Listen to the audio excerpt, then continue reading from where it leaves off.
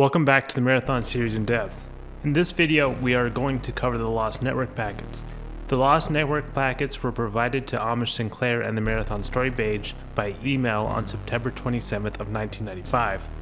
To put things in perspective, Marathon 2 Durandal was released a couple of months later on November 25th of 1995. Basically, the purpose of the lost network packets was to provide some hype for the second Marathon game, as well as address some of the inconsistent dates found in the first Marathon game. To start things off, let's read an email from Bungie to Amish Sinclair on the Marathon story page. Subject: Problem with the M2 storyline. Hey there, Hamish. Attached to this missive, in WordPerfect format, is a weird little transmission from the UESC Marathon. Lost network packets can be so interesting sometimes. Your research is admirable and your logic impeccable. You're pretty close to a couple big revelations, but we never want to spoil the thrill of discovery, so we'll keep our trap shut and let you figure it out. Keep up the good work. Greg Kirkpatrick and Matt Sell, Bungie. As you will soon see, Bungie fibbed on where the transmission came from in this email. However, it's clear that the Marathon story page was a huge inspiration to Bungie in the Lost Network packets and in their work on Marathon 2. In the first Marathon game, Bungie didn't have to pay that close attention to messed up dates. However, on Marathon 2, with all the mistakes being recorded by Amish Sinclair and the Marathon story page, this was no longer the case. Now let's read the contents of the transmission that was sent to the UES unidentified warship. Journal entries by Volker von Muller. Data transferred from unidentified warship 2703-421-4 as part of burst download from Durandal. Date 2794-725-2345. Our defenses are collapsing. I had no idea just how soft all of our security personnel have become. They just can't fight anymore. Maybe it was the stasis, or maybe they just never fought a hard fight. Worst yet, that damn computer keeps giving me the empty promises about reinforcements. I have been doing all that I can just to keep the aliens from reaching the main generator area, but we won't last long without help. Date 2794-726-0041. Thank God that the MADs came online. We've been able to hold off the aliens for now, but I have been getting reports that a new class of alien has joined the fray, and the MADs aren't much good against them. Corridor 3 barricade was just breached, and that leaves the core of our defenses open to a flank attack.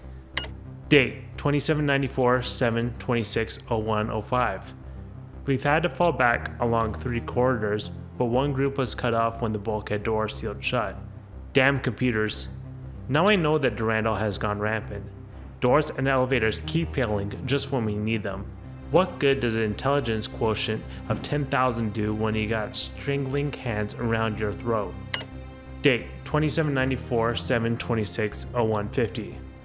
I would shoot this terminal right now if I thought that it would reach the damn AI. I might do it anyways, but ammunition is short. I've run out of ammo for my assault rifle, and the only flamethrower we've had was lost when an elevator failed to function and Squad 2 was cut off. I understand that the aliens are taking prisoners. I'll hand it to them, they're better fighters than us. But I'll be damned if I'm going to be taken prisoner. My last bullet is for me. I've got a minute or two to rest, so I'm going to wax philosophical. I can't say any of this to the men because I don't want them to know how hopeless I think our fighting is. If I thought that we'd be safe if we surrendered, then that is what I would do. I don't know if our resistance has changed the outcome of the conflict, but I know that I've killed more of them than they have of me. Battlefield humor is the driest that there is. How can I laugh at my own death, my own destruction? Date 2794-726-0201. If anyone reads this, I'm dead. The aliens cut us off and we all fought to the end.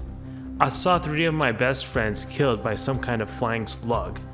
There is a way out of here that goes to the PWS Halo Fun Park, but I don't have the power in my suit to propel me there. My final wish is that someone kill that damn computer. And now, where did I put that last bullet? Here it is. Date 2801-9-14-0601. That goddamn computer. It took him 7 years just to let me use a terminal. All of his messages come stamped onto my food packets. My protein bars told for an entire year, "You need to calm down." I still wish that I could eradicate him, although I am at his mercy. He keeps saying that I should be thankful that he saved me. For the record, I want to say again that the computer is not sane. Durandal seems to be missing some of the chronology of events that occurred before the launch of the Marathon. When the Marathon was attacked, Leela began to scramble and rewrite all of the historical information for mankind. Of course, she was damaged and her efforts were cut off by the compilers and by Durandal. The result is that some, but not all, of the Marathon's data was muddled.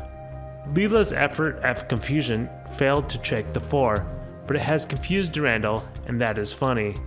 This is the last line that I'm going to give him. I can't verify some of the dates, but I've done my best. I don't understand why all these dates are important to Durandal, but he's threatened to isolate me with some of those weird fit things if I don't do this. It's bad enough being the only human around.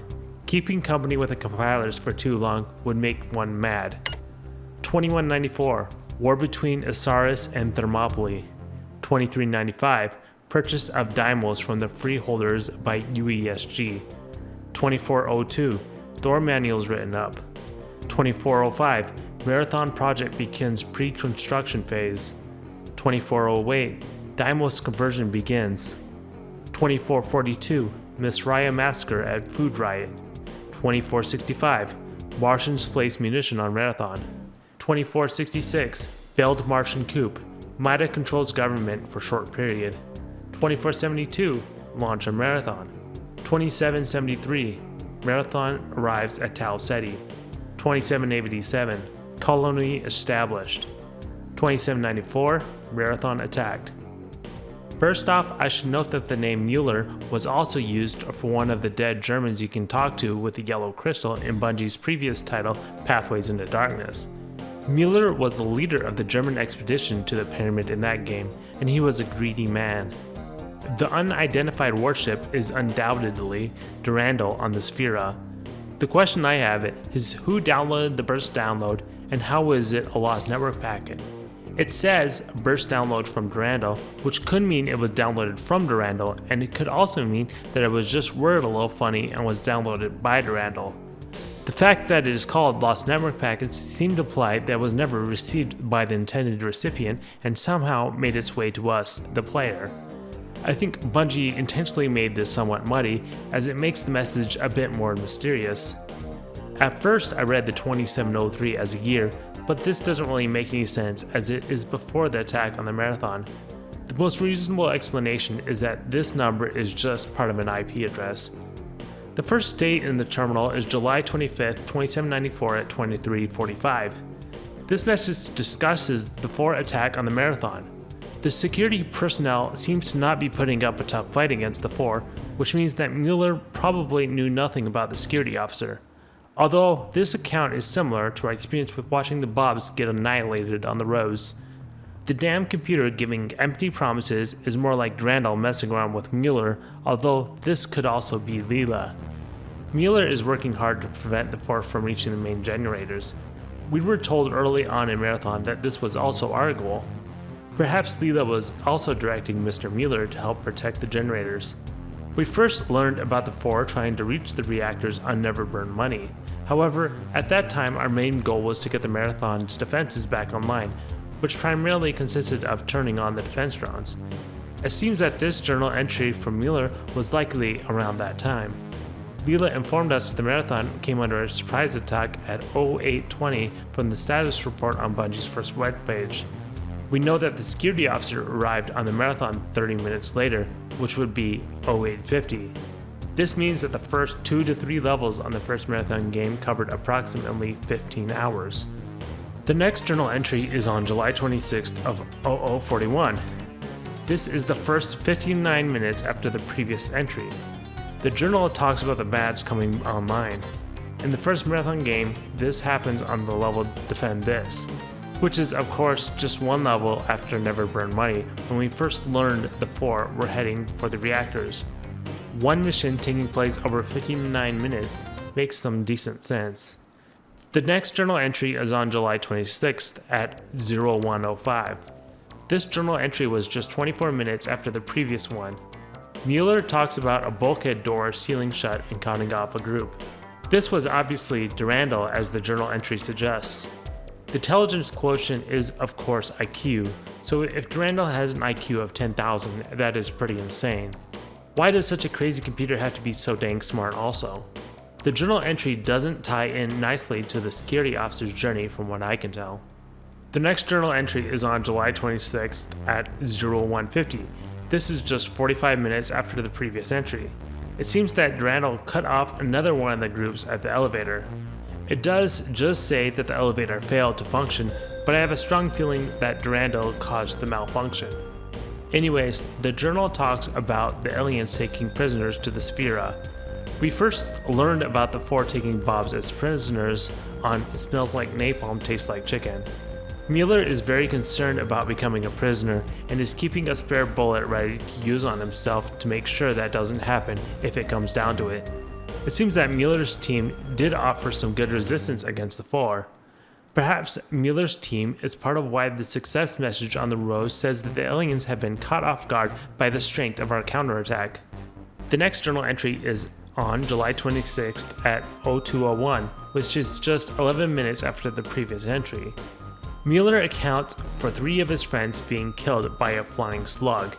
This is undoubtedly one of the countless wasps that we encountered and made short work of. I would imagine that the Halo Fun Park must be some sort of holographic park. Maybe it's sort of like a shooting game with holographs, but it could be countless other things.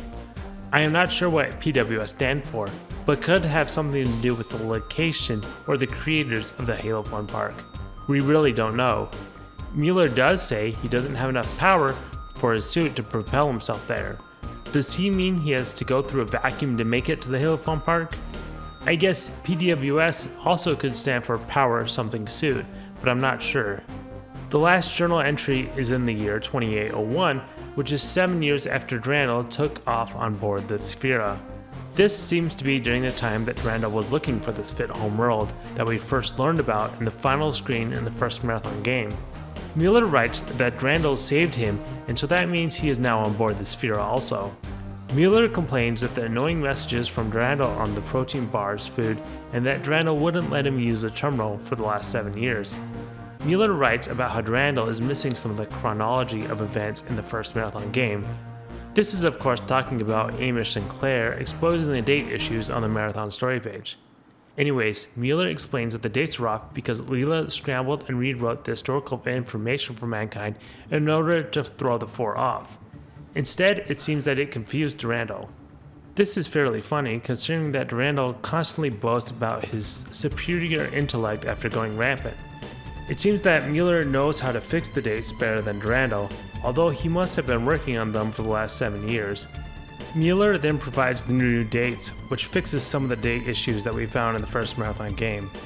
We already discussed several of these dates throughout the Marathon videos. Several fans theorize that some of the garbled messages we have seen throughout the first Marathon game are a result of Leela scrambling and rewriting all of the historical information for mankind. This is definitely a plausible theory, as it lines up with a message on Never Burn Money that seems to imply that the date was modified.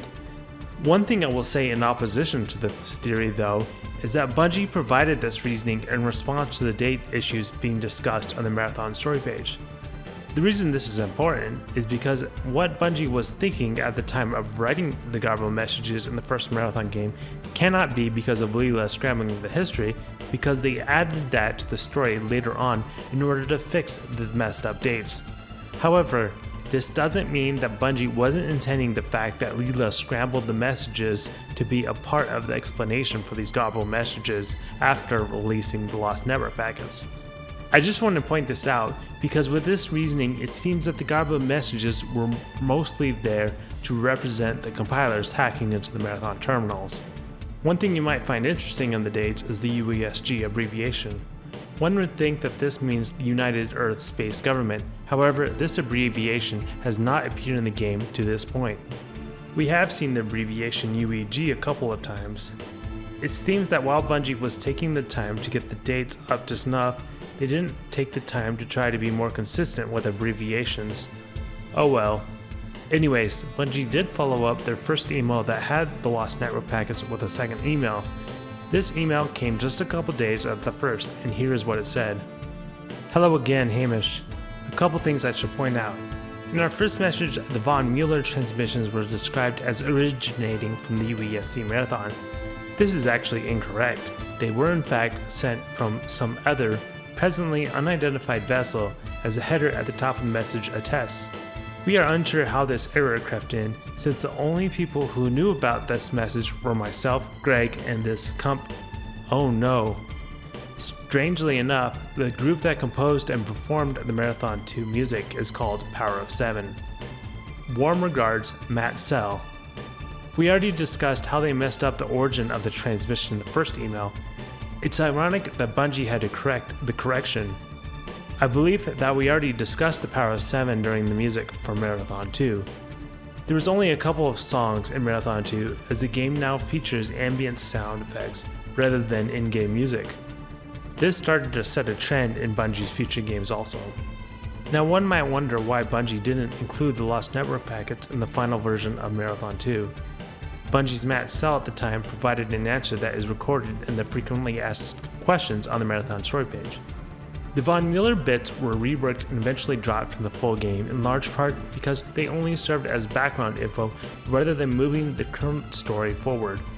We tried a number of ideas for connecting the first game with the second and providing a clear historical backdrop, but none of these worked out as well as we hoped. As Matt explained, the lost network packets are really not necessary to understanding the Marathon story, and only really fix a few dates and provide some hype for Marathon 2. Now that we know that Durandal brought Muller on board the Sphera, we have to wonder, did Durandal bring anyone else on board the Sphera also? Well, that's it for this video. In the next video I will cover the story from the Marathon 2 manual.